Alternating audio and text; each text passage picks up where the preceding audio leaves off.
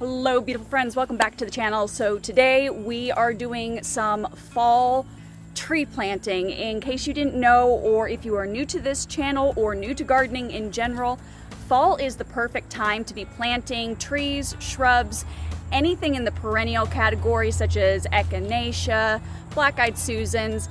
Really all they have to focus on this time of the year is rooting. So instead of them having to worry about, like in the spring, flowering, leafing, and rooting, they're just focusing on rooting. What this does is it allows the plants to have less stress so that they end up being, well, bigger, stronger, faster, which is exactly what we're going for.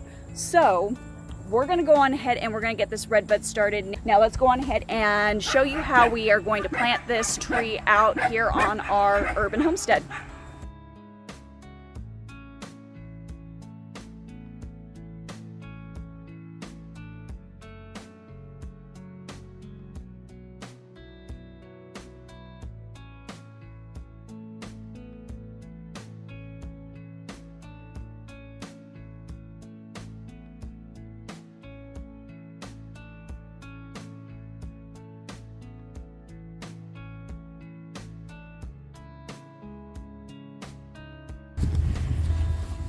All right, friends, so it's been a while since I've kind of walked you through planting trees and shrubs, so we're going to do this real quickly in a step-by-step mode. So obviously, step one, dig your hole.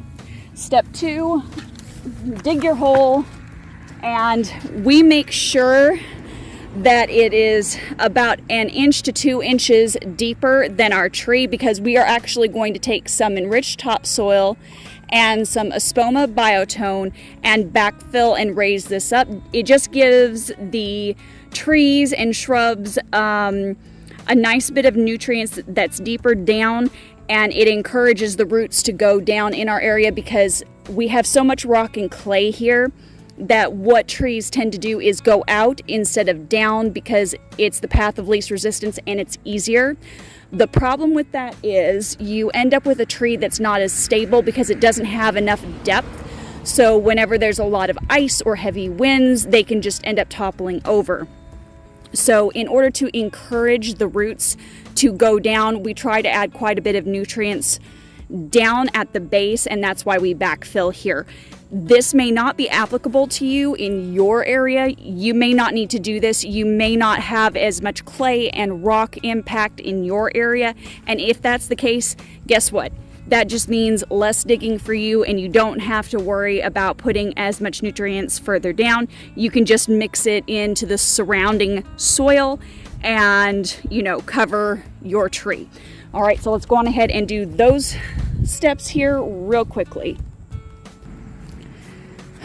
All right, so I've got my enriched topsoil. You can see the difference. This is my Espoma biotone. It's got a really good root stimulator. It doesn't take a lot of this. I usually do like what you would do an equivalent of a palmful in the bottom, and then I just kind of mix it in like so. And now what I'm going to do is I'm going to take the tree and I'm going to measure it, because we want the root ball to basically be up here at our soil level. Is what we're looking for. So it looks like I need to add just a little bit more topsoil here, and we'll be good to go.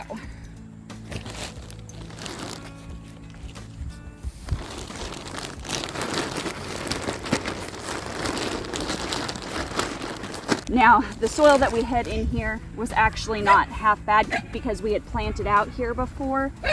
We had tree dye, so we're going to use some of that. Okay, and that's good right there. Okay, so now that we have it at an appropriate level, what we're going to do is we're going to make sure that the trunk here is as straight as it can be.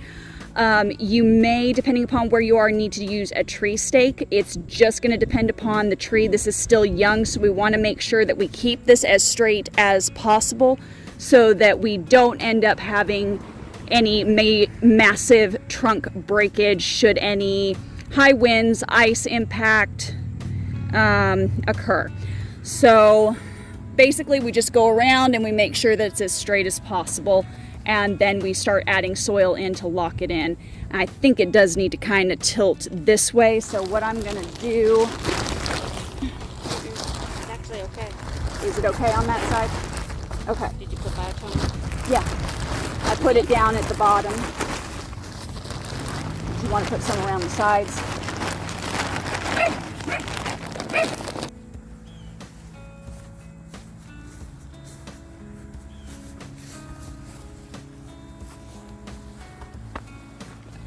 Okay, now we're just gonna kind of walk around it. There. This is just getting air pockets out. So don't worry about it looking perfect at this stage. We're gonna end up backfilling with the dirt that we have over there, and we'll just call it good. So as you can see, this soil is fine. We're not really worrying about weeds or anything. This is just going to go in and then another good way to make sure that you've got all of the pockets out is to do a really deep watering, which you are supposed to do anyway. So once we do this part and see if we've got all the air pockets out, we're going to water it real heavy, and then that'll show us other air pockets, and then we can backfill with the topsoil that we have from the dig out.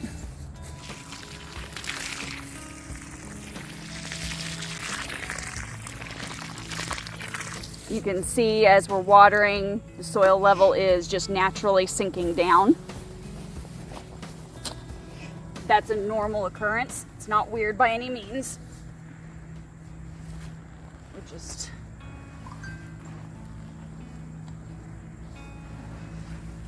Okay, then we're going to do it one more time here. We should be good from the looks of it. And when you're watering, you kind of do want to come out a little bit. You don't have to come out real far from the root base, but you should kind of try and get some water out around it. That'll help, especially if you've got a lot of heavy clay impact like we do. It'll just help to soften it and allow the roots to be able to widen out in that space.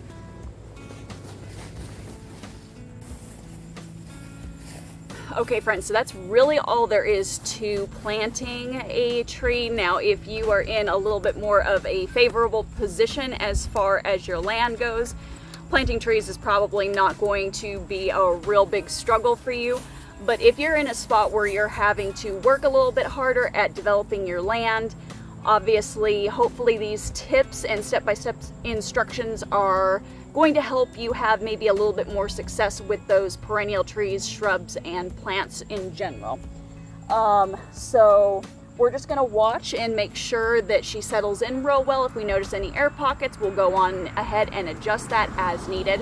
But otherwise, she's looking good. So I hope you enjoyed this video. I'm going to go on ahead and I'm going to include at the end of this video some more tips and tricks and information on perennial planting. So go on ahead and click over on that to check that out if you want to learn a little bit more. And don't forget to check out the description box below because I'm going to be putting the link to my Bountiful Garden Blueprint e-course. So go on ahead and check that out if you are interested in growing big right where you are. As always, keep it simple, natural, and essential. We'll see you on the next one. Bye, guys.